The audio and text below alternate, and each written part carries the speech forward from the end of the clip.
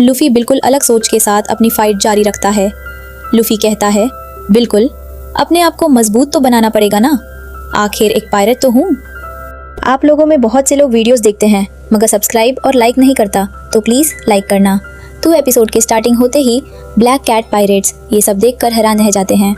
वो एक दूसरे की तरफ देखते हुए कहते हैं, वो क्या था, उसने अभी अभी क्या किया, उसके पास कोई अनोखी ताकत है, उसने कैप्टन को हरा दिया। दूसरी तरफ नामी सिचुएशन को देखकर कहती है, बाकी का काम तुम लोग संभलो, मैं खजाना लेने जा रही हूँ। नामी का मकसद बिल्कुल क्लियर है और वो खजाने की तरफ चली जाती है। इसी वक्त बच्चे भी हिम्मत जुटाकर सामने आ जाते हैं और कहते हैं, अब सज़ा का वक्त है, हम तुम्हें नहीं छोड़ेंगे। उसोप फौरन उन्हें रोकने की कोशिश करता है और कहता है, भाग जाओ, दूर रहो। लेकिन बच्चे अपना गुस्सा जाहिर करते हुए कहते हैं, तुम बहुत बुरे आदमी हो, हम तुम्हें नहीं छोड़ेंगे। उसोप ये सब देखकर परेशान हो जाता है और ज़ोर से कहता है, बेकार में हीरो बनने की कोशिश मत करो, रुको, तुम सब क्या कर रहे हो। ब्लैक कैट पायरेट्स भी इस पूरी सिचुएशन को देखकर हैरान रह जाते हैं और समझने की कोशिश करते हैं कि आखिर हुआ क्या है। वो कैप्टन कुरो की तरफ देखकर कहते हैं, आखिर ये बच्चे कर क्या रहे हैं। फिर उन्हें कैप्टन कुरो का गुस्सा नजर आता है और जेंगो कहता है, अब कैप्टन कुरो सच में गुस्से में आ गया है। कुछ पायरेट्स परेशान होकर कहते हैं, बेवकूफ़ बच्चे, ये लोग समझते क्यों नहीं कि किसके सामने खड़े हैं। फिर वो कैप्टन कुरो की तरफ देखकर कहते हैं, कैप्टन, हमें पता था कि आप लड़ रहे थे, लेकिन आपने हमें बताया क्यों नहीं, ये अच्छी बात नहीं है, आपको हमें पहले ही सब कुछ बता देना चाहिए था। उसोप उनकी बातों से तंग आकर कहता है, किसने बोला ये, सुनो तुम लोग, यहाँ से भाग जाओ, भागो, जल्दी करो। लेकिन उसोप पीछे हटने के बजाय लूफी और काया का साथ देने का फैसला करता है। उसोप कहता है, नहीं, हम भी आपके साथ लड़ेंगे, अगर हम भाग गए तो हम पायरेट्स के नाम पर शर्मिंदा होंगे। लूफी उसोप की जोर जोर से बात सुनकर कहता है, अरे चिल्लाना बंद करो। फिर लूफी अपनी हालत चेक करते हुए कहता है, थोड़ा सा दर्द हुआ। कैप्टन कुरो लूफी की अजीब फाइटिंग एबिलिटी को देखकर हैरान होता है और कहता है, बड़ी अजीब टेक्निक इस्तेमाल की तुमने, ज़रूर तुम्हारे पास डेविल फ्रूट की ताकत है ना। लूफी बिना किसी हिचकिचाहट के जवाब देता है ना, मैंने गमगम फ्रूट खाया है। ये सुनते ही ब्लैक कैट पायरेट्स के लोग हैरानी में एक दूसरे की तरफ देखते हैं और कहते हैं, क्या ये सच में होता है। कुछ लोग इस पावर को देखकर कहते हैं, ये खतरनाक है, मुझे तो ये बहुत अजीब लग रहा है। फिर वो लूफी की रबर जैसी बॉडी को समझने की कोशिश करते हुए कहते हैं, तो ये रबर है, हम समझे एक रबर इंसान, मतलब जब इसका हाथ इतना लंबा हुआ तो वो कोई सपना नहीं था। अब कुरो को भी समझ आ जाता है कि लूफी की स्ट्रेंज फाइटिंग एबिलिटी का राज डेविल फ्रूट है। लेकिन कुरो अपना प्लान नहीं भूलता। वो जेंगो को हुक्म देते हुए कहता है, जेंगो, इस लड़के को मैं देख लूँगा, तुम मिस काया पर नज़र रखो। फिर कुरो अपने असल प्लान को आगे बढ़ाने का हुक्म देता है। प्लान के मुताबिक उससे वासियत लिखवाओ और फिर उससे ख़त्म कर दो। अब एक तरफ लूफी कैप्टन कुरो का सामना कर रहा है, जबकि दूसरी तरफ काया अभी भी कुरो के खौफनाक प्लान का निशाना बनी हुई है। कुरो कहता है, और ये 3 कीड़े मेरी आंखों में बहुत चुभ रहे हैं। कुरो कहता है, ठीक है, रुक जाओ, मैं तुम्हें इससे आगे जाने नहीं दे सकता। जोरो जेंगो के सामने खड़ा होकर उसका रास्ता रोक देता है, क्योंकि वो किसी भी सूरत में उसे आगे नहीं बढ़ने देना चाहता। जोरो कहता है, फिर से नहीं। जोरो उनकी ताकत देखकर हैरान होता है और महसूस करता है कि जो लड़का पहले उसके सामने था अब वो बिल्कुल वैसा नहीं रहा। उसोप कहता है, वो पहले से बिल्कुल अलग है, ये किसी और ही लेवल पर है। कुरो को समझ आ जाता है कि उसोप को हराना इतना आसान नहीं होगा। इसी दौरान उसोप काया को वहाँ से निकलने का मौका देने के लिए चीखता है, भाग जाओ काया। काया उसोप की बात सुनकर उसकी तरफ देखती है और कहती है, उसोप ये। लेकिन काया खुद भी इतनी कमज़ोर हो चुकी होती है कि उसके लिए ठीक से मूव करना मुश्किल होता है। उसोप कहता है, मुझ में बिल्कुल ताकत नहीं है, ये क्या हो गया। और फिर वो बाकी लोगों को भी वहाँ से भागने के लिए कहता है, तुम लोग भाग जाओ यहाँ से। लेकिन काया उसोप को अकेला छोड़ने के लिए तैयार नहीं होती। बच्चे कहते हैं, हम नहीं भागेंगे, हम भाग नहीं सकते, हम आपको छोड़कर नहीं जाएंगे। उसोप समझ जाता है कि अब सबसे ज़रूरी चीज़ काया को सेफ जगह पर पहुंचाना है। उसोप कहता है, काया को बचाओ। फिर उसोप अपने साथियों को इम्पॉर्टेंट रिस्पॉन्सिबिलिटी देता है। ध्यान से सुनो, मैं तुम्हें सबसे ज़रूरी काम दे रहा हूँ। उसोप कहता है, काया को ले जाओ, यहाँ से भागो। फिर उसोप उन्हें हिम्मत दिलाते हुए कहता है, मत कहना कि तुम नहीं कर सकते, हमने अपना पायरेट ग्रुप क्यों बनाया था, इसी चीज़ के लिए। जो आज सबसे ज़्यादा ज़रूरी है। उसोप अपना फैसला क्लियर कर देता है और दोबारा कहता है, भाग जाओ काया को लेकर। लेकिन जाते हुए वो उन्हें दोबारा वापस आने का हुक्म भी देता है, वापस आओ। फिर अपने ग्रुप के कैप्टन होने के नाते उसोप सख्त लहजे में कहता है, ये मेरा ऑर्डर है। काया भी इस सिचुएशन को समझने की कोशिश करते हुए पूछती है, क्या करें? बच्चे फौरान काया को लेकर निकलने का फैसला करते हैं और कहते हैं, चलो चलो इस तरफ। बच्चे काया को लेकर जंगल की तरफ भागने लगते हैं, जबकि पीछे लूफी और उसोप कुरो को रोकने की कोशिश करते हैं।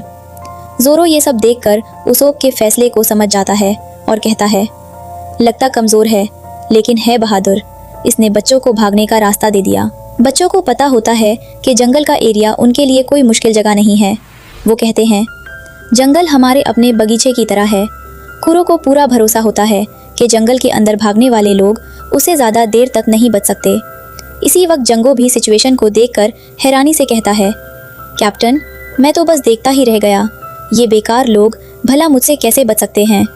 फिर जंगो सिचुएशन का हाल पूछता है, कैसी रही? कुरो उसकी बात सुनकर गुस्से में कहता है, तेरी तो पीछा कर बेवकूफ़। जंगो फौरान समझ जाता है कि उसे काया और बाकी लोगों का पीछा करना है और कहता है, हाँ ठीक है। कुरो को पूरा यकीन होता है कि काया जंगो से ज़्यादा देर तक बच नहीं सकती। कुरो कहता है, कोशिश बेकार है। मैं बहुत अच्छी तरह जानता हूँ कि मिस काया कितनी कमज़ोर है। वो जंगो से कभी बचकर नहीं भाग पाएगी। कुरो लूफी की तरफ देखकर ये भी कहता है, मदद करने जाना चाहते हो तो जाओ, अगर तुम यहाँ से आगे बचकर निकल पाओ तो। जोरो उसे याद दिलाता है कि वो पहले भी उसके सामने हार चुका है और उसे दोबारा उसके रास्ते में ना आने की वार्निंग देता है। जोरो कहता है, तुम्हें याद होना चाहिए कि टाइप्स पहले भी मेरे सामने हार चुके हो, इसलिए दोबारा मेरे रास्ते में मत आना। फिर जोरो सख्त लहजे में कहता है, हट जाओ। कुरो अचानक रुक जाता है और उसकी तरफ से एक अजीब सी आवाज़ निकलती है। जोरो फौरन उस पर हमला करता है और कुरो को मार देता है। लेकिन इसी वक्त उसोप को आसपास से एक अजीब और स्ट्रेंज आवाज़ सुनाई देती है। उसोप हैरानी से इधर उधर देखते हुए पूछता है, ये आवाज़ कैसी है? कुरो कहता है, क्या पता, अभी तक तो जंगो ने तबाही मचाना शुरू कर दी होगी। जाओ जाकर खुद ही देख लो, लेकिन हो सकता है तुम्हें पहुंचने में देर हो जाए। उसोप उसकी बात सुनकर गुस्से में कहता है, तुम्हें तो मैं पूछता हूँ, तुम्हारे दिल में दया नाम की कोई चीज़ है क्या? तुम उसके साथ 3 साल रहे थे। कुरो बिल्कुल बेपरवाह अंदाज में जवाब देता है, नहीं, मैंने बताया था ना, मिस काया मेरे प्लान का बस एक मोहरा है। उनके जाने के बाद मैं उनका शुक्रगुजार रहूँगा। जोरो कुरो की सोच से नफरत करते हुए कहता है, कैसा बेरहम आदमी है। लूफी कहता है, हम इसका प्लान कामयाब नहीं होने देंगे। लूफी उसोप को आगे जाने के लिए कहता है, तुम जाओ, उनके पास निकल जाओ बिंदास, हम यहाँ सब कुछ संभाल लेंगे। जोरो भी उसका साथ देते हुए कहता है, हाँ हम पर छोड़ दो। कुरो उसोप को देखकर हैरानी से कहता है, ओह मानना पड़ेगा, तुम अब भी हिल सकते हो। उसोप सख्त लहजे में जवाब देता है, बकवास बंद करो, मैं तुम्हें अपनी मर्जी नहीं चलाने दूंगा। तुमने गांव वालों और काया की फीलिंग्स के साथ खेला है, मैं तुम्हें अपनी मर्जी नहीं चलाने दूंगा। फिर उसोप दर्द से कहता है, डैम, मैं तो हिल भी नहीं पा रहा।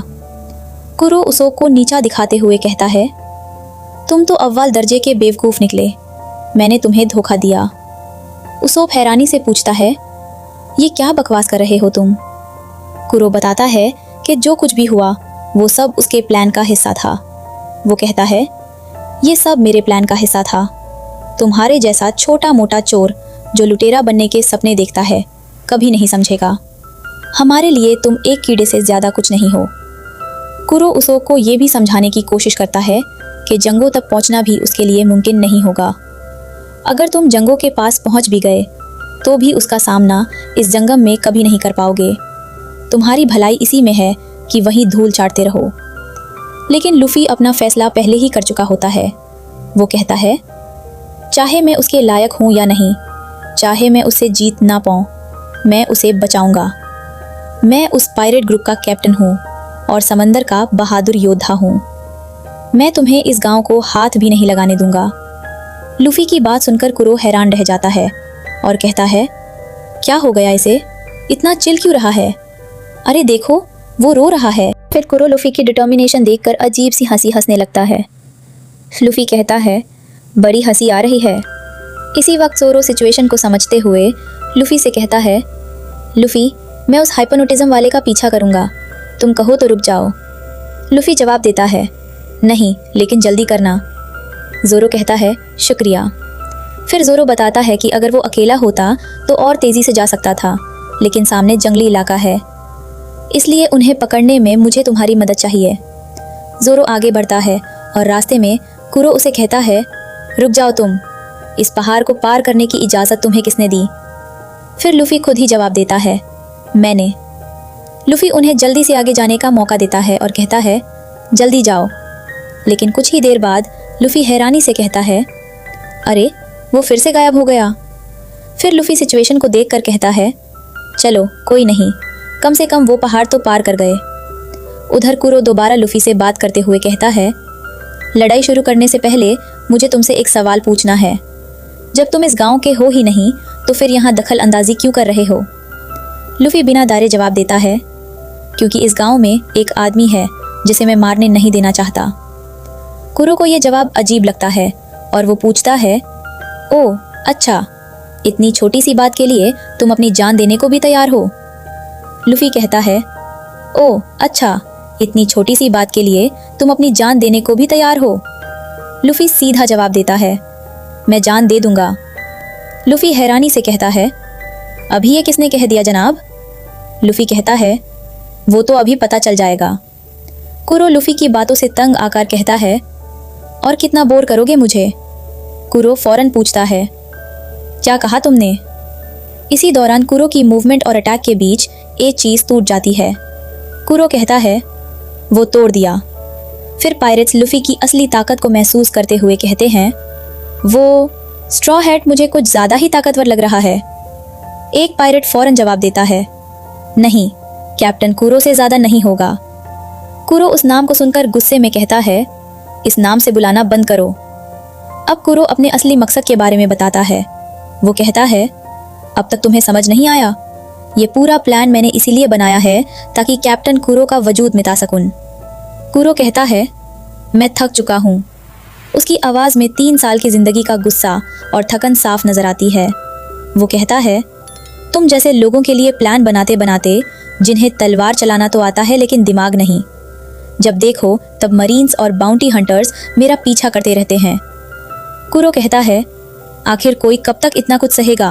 बोलो। फिर वो बताता है कि मरीन्स का प्रेशर कितना बढ़ चुका है। ये मरीन्स इस हफ्ते में इनका तीसरा हमला था। एक पायरेट मजबूरी से कहता है, कुछ नहीं किया जा सकता, हमारे कारनामे ही ऐसे हैं कि लोग हमारे पीछे पड़ जाते हैं, और तुमने तो काफ़ी नाम बना लिया है। कुरो मानता है कि उसकी शोहरत ही उसके पीछा की वजह बन चुकी है। वो कहता है, सही कहा, इसी नाम की वजह से ही ये मेरा पीछा नहीं छोड़ते, इसीलिए अब मैं इस नाम को ही मिटा देना चाहता हूँ। पायरेट उसकी बात को मजाक समझकर कहता है, तुम तो काफ़ी मजाकिया हो, लेकिन इसका कोई फ़ायदा नहीं। फिर वह, मुझे लगता है मरीन्स तुम्हारा पीछा तुम्हारे मारने तक करते रहेंगे। कुरो जवाब देता है, मेरा अंजाम ज़्यादा दूर नहीं है, अब लुटेरा बने रहना मेरे लिए सही नहीं होगा। पायरेट हैरानी से कहता है, लेकिन तुम इस जहाज़ के कैप्टन हो। कुरो बेपरवाह अंदाज में जवाब देता है, चाहो तो तुम कैप्टन बन जाओ।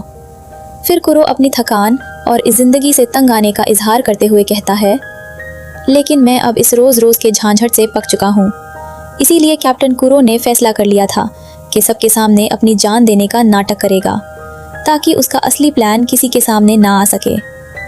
जंगू हैरानी से कैप्टन कुरो को देखकर कहते हैं, कैप्टन कुरो, आप यहाँ? कैप्टन, कुल कितने जहाज हैं? एक पायरेट परेशान होकर बताता है, एक मरीन यहाँ आ चुका है कैप्टन, वो हम पर कभी भी हमला कर सकते हैं, अब हम क्या करें? कैप्टन कुरो फौरन हुक्म देता है, बोट को नीचे उतारो। पायरेट जवाब देता है, हाँ कैप्टन, जल्दी करो। जंगू अभी तक कुरो की हरकत को समझने की कोशिश कर रहा होता है और कहता है, माय कैप्टन, कैप्टन कुरो ने अभी। कैप्टन कुरो उसकी बात समझकर कहता है, हाँ पता है मुझे, हाँ मुझे भी पता है, वहाँ अकेले जाना खतरे से खाली नहीं है। दूसरे पायरेट्स भी हैरानी से पूछते हैं, क्या वो सच में वहां जाने वाले हैं? फिर उनमें से एक कहता है, आखिर ये सब था क्या? ये तो बहुत ही डरावना था। जंगो भी उसकी बात से अग्री करते हुए कहता है, सच कहा तुमने। कैप्टन कुरो अपने लोगों को हुक्म देता है, उनके जहाज के बगल में लगाओ। पायरेट हिचकिचते हुए कहता है, लेकिन कुरो सख्त लहजे में जवाब देता है, अरे जो मैंने एक बार कह दिया वैसा ही करो। पायरेट फौरन कहता है, हाँ कैप्टन। कुरो अपना प्लान आगे बढ़ाते हुए कहता है, हमें हमला करने के लिए तैयार रहना होगा। जंगो अब पूरी सिचुएशन को समझने लगता है और कहता है, अब मैं समझा, तो ये वजह थी। कैप्टन कुरो अपने लोगों को सिग्नल देता है। 3 कहने पर इसी वक्त एक मरीन उनकी तरफ देखकर कहता है, हे तुम। कुरो उसकी तरफ मुड़कर पूछता है, क्या कहा? मरीन हैरानी से कहता है, आप मुझसे बात कर रहे हैं क्या? कैप्टन कुरो ठंडी मुस्कुराहट के साथ कहता है, तुम लोगों को जानने में बड़ा मजा आया। थोड़ी देर बाद मरीन सिचुएशन देखकर कहता है, मरीन्स, उन्हें मार दिया गया है। कैप्टन कुरो कहता है, चलो अब प्लान की शुरुआत की जाए। कुरो सामने वाले मरीन को डराते हुए कहता है, अरे अरे जरा होश संभलो, अगर तुम भीख मांगोगे तो हो सकता है मैं तुम्हें छोड़ दूं। कुरो कहता है, अपना मुंह बंद कर, मैं अपनी जिंदगी के लिए भी नहीं मांगूंगा। फिर मरीन कहता है, मुझे मार डालो। कुरो उसकी हिम्मत देखकर कहता है, क्या बात है, जबड़ा टूट गया लेकिन मुंह चलना बंद नहीं हुआ। कुरो फिर उसे अपने प्लान का हिस्सा बनाते हुए कहता है, तुम्हारे जैसे छोटे मोटे सिपाही को मैं एक बहुत बड़ा इनाम देने जा रहा हूँ। बहुत किस्मत वाले हो तुम। फिर कुरो अपना असली मकसद बताता है, क्योंकि तुम्हें कैप्टन कुरो की जान लेने का मौका मिलेगा। जंगे भी कुरो के प्लान के मुताबिक बोलना शुरू करता है, तुम्हारा नाम कैप्टन कुरो है, तुम्हारा नाम कैप्टन कुरो है, ये बुराई तुमने की थी। कैप्टन कुरो गिनती शुरू करता है, 1, 2। जंगो फौरन अपना नाम पुकारता है, जंगो। फिर जंगो कहता है, मेरा नाम कैप्टन कुरो है और ये बुराई मैंने की थी। कैप्टन कुरो अपना प्लान और क्लियर करते हुए कहता है, और तुम वो आदमी हो जिसने कैप्टन कुरो को पकड़ा। फिर वो हुक्म देता है, बेस वापस जाओ और इस आदमी को मार दो। जंगो दोबारा हिप्नोसिस के लिए गिनती सुनता है, 1, 2 और फिर चीखता है, जंगो। जंगो कहता है, मैं वो आदमी हूँ जिसने कैप्टन कुरो को पकड़ा।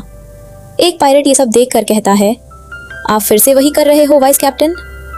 कैप्टन कुरो खुश होकर कहता है, शाबाश। अब कुरो अपने 3 साल पुराने प्लान की असल वजह बताता है। वो कहता है, इस नकली कैप्टन के निपटने के बाद कैप्टन कुरो का नाम भी इस दुनिया से मिट जाएगा। कुरो के लिए ये सिर्फ एक चाल नहीं, बल्कि उसकी पुरानी जिंदगी से हमेशा के लिए छुटकारा पाने का तरीका था। वो कहता है, और आज वो दिन है जब मैं अपना प्लान पूरा करूंगा, जिसके लिए मैंने 3 साल इंतजार किया है। कुरो अपने सपने को याद करते हुए कहता है, दौलत और शांति मेरी हो जाएगी, समझे लड़के। फिर वो सख्त लहजे में वार्निंग देता है, इस प्लान को मैं किसी भी कीमत पर नाकाम नहीं होने दूंगा। कोई भी मेरे प्लान के आगे नहीं आ सकता। लेकिन दूसरी तरफ लूफी बिल्कुल अलग सोच के साथ अपनी फाइट जारी रखता है। लूफी कहता है, बिल्कुल, अपने आप को मजबूत तो बनाना पड़ेगा ना, आखिर एक पायरेट तो हूँ। फिर लूफी सामने वाले को देखकर पूछता है, थक गए क्या अंकल? उसके बाद लूफी को समझाया जाता है कि अगर कोई समंदर पर अपना नाम बनाने से डारे तो वो कभी असली पायरेट नहीं बन सकता। लूफी अपने सपने पर पूरा यकीन रखते हुए पूछता है, क्या तुम्हारे सपने खत्म होते हैं?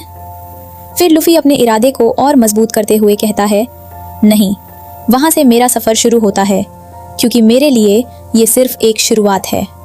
और आखिर में लूफी अपने सबसे बड़े सपने का ऐलान करता है, मैं बनूंगा पायरेट किंग। अगर आपको वीडियो पसंद आई हो तो वीडियो को लाइक और शेयर जरूर करें। मिलते हैं नेक्स्ट वीडियो में। बाय।